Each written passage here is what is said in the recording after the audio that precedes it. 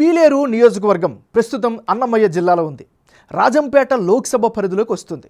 ఈ నియోజకవర్గంలో కాంగ్రెస్ ఎక్కువసార్లు గెలిచింది. టీడీపీకి బలమైన ఓటు బ్యాంక్ కూడా ఉంది.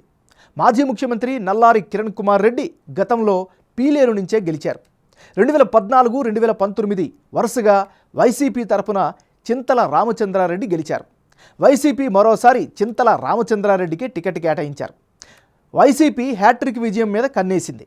మరోవైపు తెలుగుదేశం పార్టీ నుంచి నల్లారి కిషోర్ కుమార్ రెడ్డి పోటీకి దిగారు. పీలేరులో ఈసారి రాజకీయాలు వాడి వేడిగా సాగుతున్నాయి.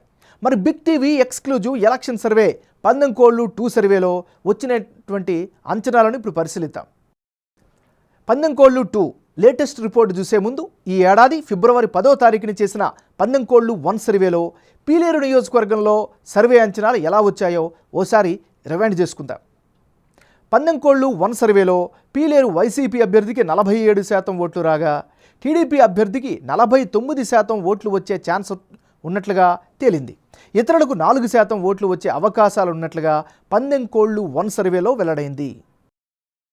పార్టీల పొత్తులు, అభ్యర్థుల ఖరారు తర్వాత పీలేరు నియోజకవర్గంలో పందెంకోళ్ళు 2 సర్వేలో వచ్చినటువంటి అంచనాలను ఇప్పుడు పరిశీలిద్దాం. ఇప్పటికిప్పుడు ఎన్నికలు జరిగితే పీలేరు నియోజకవర్గంలో వైసీపీకి 51% ఓటింగ్ కనిపిస్తోంది.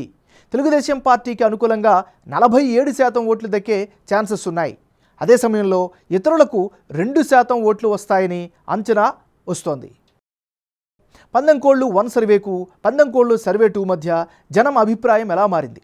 వైసీపీ, టీడీపీ అభ్యర్థుల్లో ఎవరికి ఎడ్జ్ పెరిగింది అన్నది ఇప్పుడు పరిశీలిద్దాం.